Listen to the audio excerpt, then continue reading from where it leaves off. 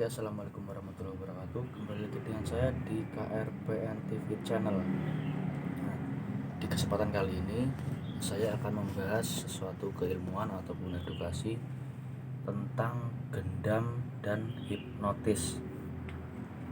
Hipnotis sendiri pasti kalian semua tidak asing lagi dengan yang namanya hipnotis.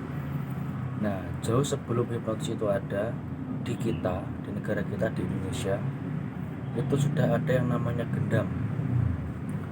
Nah, perbedaannya sendiri juga sedikit adanya persamaan arti dari keduanya.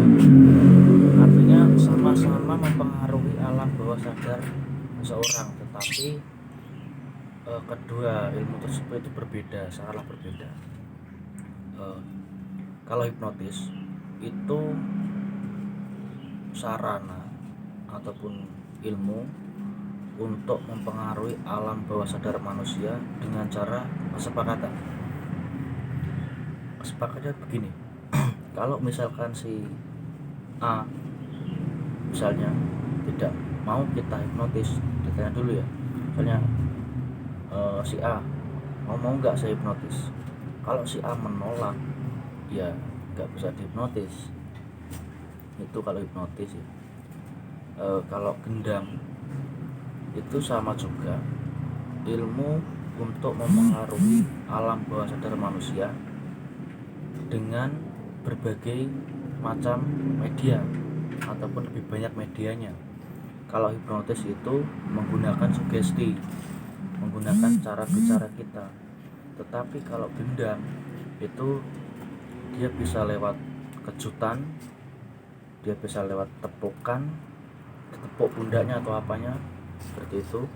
Dan ada juga yang menggunakan mantra. Mantra ini itu bisa masuk ke dalam makanan, bisa masuk ke dalam minuman, dan lebih parahnya itu mantra ini bisa masuk langsung ke dalam pikiran, langsung tembus ke alam bawah sadar kita. Jadi Sutarjo cukup memandang, lama kelamaan si pelaku hanya memandang, dan lama kelamaan si target akan terkena pengaruh gendam tersebut, seperti itu. Sekarang ini marak sekali ilmu ini musiman, jadi nggak setiap saat dipakai, musiman. Dulu itu pernah ada maraknya ilmu gendam seperti ini. Jadi dulu itu ada banyak sekali korbannya, dan masyarakat itu salah kaprah dalam mengartikan ilmu ini. Misalkan saya kehilangan uang sekian hipnotis, saya tertipu dengan orang ini itu hipnotis. Sebenarnya itu bukan hipnotis ya. Kalau hipnotis itu tidak bisa digunakan untuk kriminalitas, untuk kejahatan itu tidak bisa kalau hipnotis. Karena jangka waktu hipnotis itu tidak selama gendam. Hipnotis itu jarak waktunya itu hanya sekitar 15 sampai 20 menit itu maksimal. Si target akan sadar sendirinya. Tuh. Jadi setelah 15 sampai 20 menit itu berlalu, si target itu akan sadar dengan sendirinya. Tuh. Nah, kalau gendam itu lebih ke apa ya? Lebih parah lah. Karena kalau gendam itu mempengaruhi alam bawah sadar manusia dengan berbagai macam media, tepukan yang tadi seperti makanan, seperti itu. Jadi kalau hipnotis tadi kan kesepakatan ya. Jadi si korban atau si target itu harus tahu orang yang mau menghipnotis. Kalau nggak tahu yang mau dihipnotis ya nggak bisa, karena kesepakatan itulah menggunakan hipnotis. Nah, kalau gendam itu kebalikannya, bertolak belakang. Si korban tidak boleh tahu kalau kita mau gendam dia. Ya kalau tahu dia pasti lari lah, nggak akan mau, karena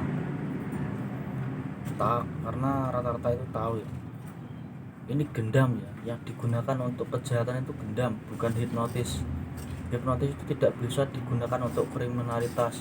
Perlu kalian ingat, jika kalian menemui orang-orang yang memang tertipu ataupun hilang uang dengan ditelepon gini dan lain sebagainya, itu gendam, bukan hipnotis. Nah, gendam ini itu bisa memakan waktu sampai 1 jam, pengaruhnya itu 1 jam, bisa 1 jam. Dan efek sampingnya itu biasanya rata-rata itu pusing, di kepala itu rasanya pusing, seperti itu kalau gendam. Makanya pesan saya ya, kalau misalkan kalian keluar atau pergi ke tempat-tempat keramaian, gunakanlah perhiasan itu sewajarnya saja. Tidak perlu menggunakan pakaian atau perhiasan yang menor-menor, yang mewah, tidak perlu, karena kejahatan itu kita tidak tahu kapan itu akan berlangsung, seperti itu. Jadi ya itulah yang namanya manusia. Bukannya saya melarang ya, tapi hanya untuk antisipasi daripada nanti kena ilmu-ilmu yang digunakan oleh oknum-oknum yang tidak tanggung jawab seperti itu. Lebih baik kita cari aman, sederhana itu lebih baik.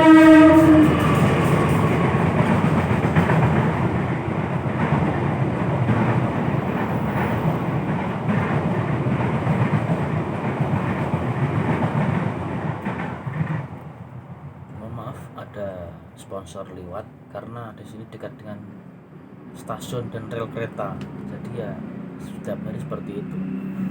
Nah, kembali lagi, hal tersebut itu dalam artian kalian memakai perhiasan yang mewah-mewah itu akan mengundang kejahatan, pelaku-pelaku kejahatan yang seperti itu untuk mendekat, dan itu adalah sebuah pancingan kalian mengundang sebuah oknum-oknum seperti itu. Jadi sekian dari saya. Apabila ada kurang lebihnya saya mohon maaf. Semoga apa yang saya sampaikan itu bisa menjadi pelajaran dan bisa berguna buat kalian. Oke, terima kasih. Wassalamualaikum warahmatullahi wabarakatuh.